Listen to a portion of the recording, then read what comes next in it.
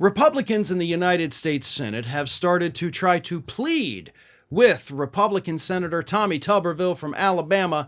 They're pleading with him to end his blockade on these military promotions that are hindering the military's ability to continue on with their work.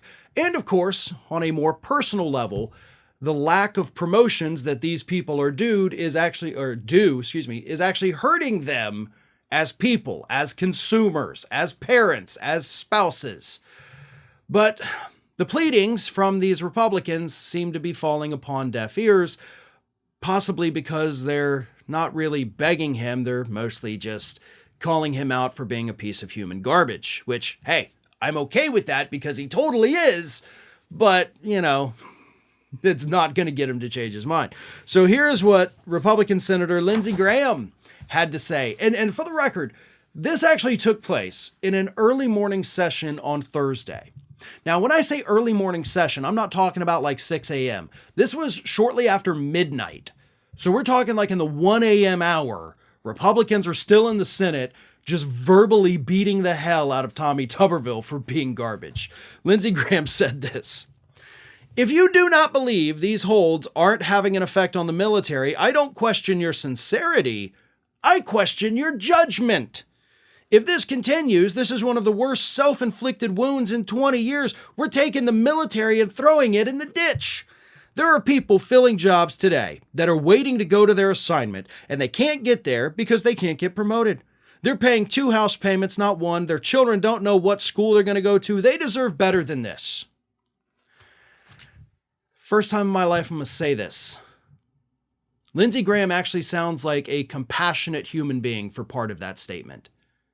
I mean, really, he's bringing up the fact that, listen, these people, got these promotions, so they're going to a new assignment in a different state, sometimes a different country.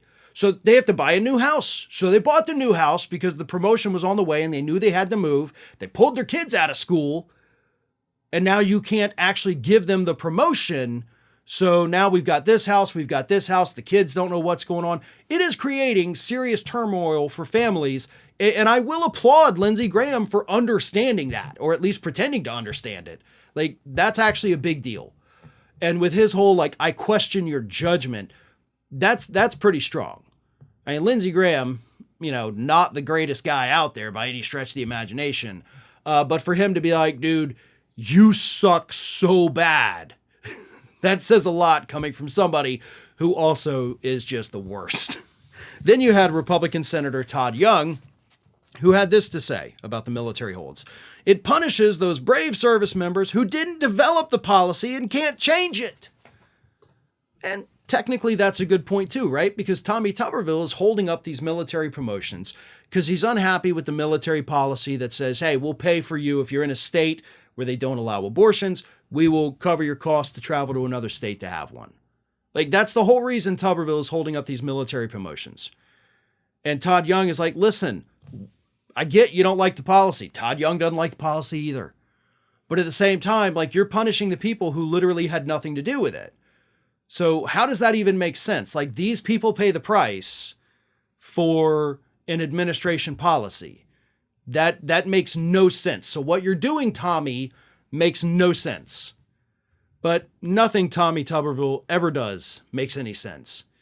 If you were a fan of any of the college football teams that he coached, you knew this long before he entered politics. Now, I'm an Auburn college football fan.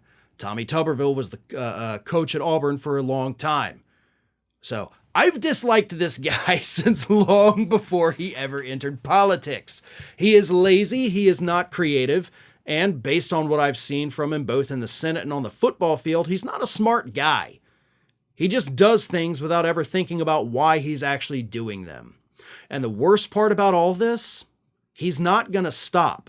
Every Republican in that chamber could get down on their hands and knees and beg him to stop, and he's not going to do it. Do you know why? Because he's not suffering any consequences from it. He's in a deep red state where as long as he keeps that R next to his name, he's going to win re-election. Now, surviving a primary is a different story. But at the same time, he's got the apparatus, the financial apparatus. He's got the name recognition. He would be tough to beat in a Republican primary in Alabama.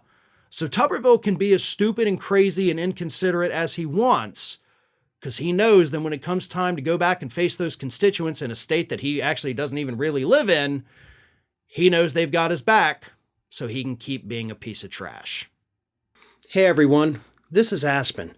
And did you know that for the low cost of $0 per day, you can subscribe to the Fair and Balanced YouTube channel?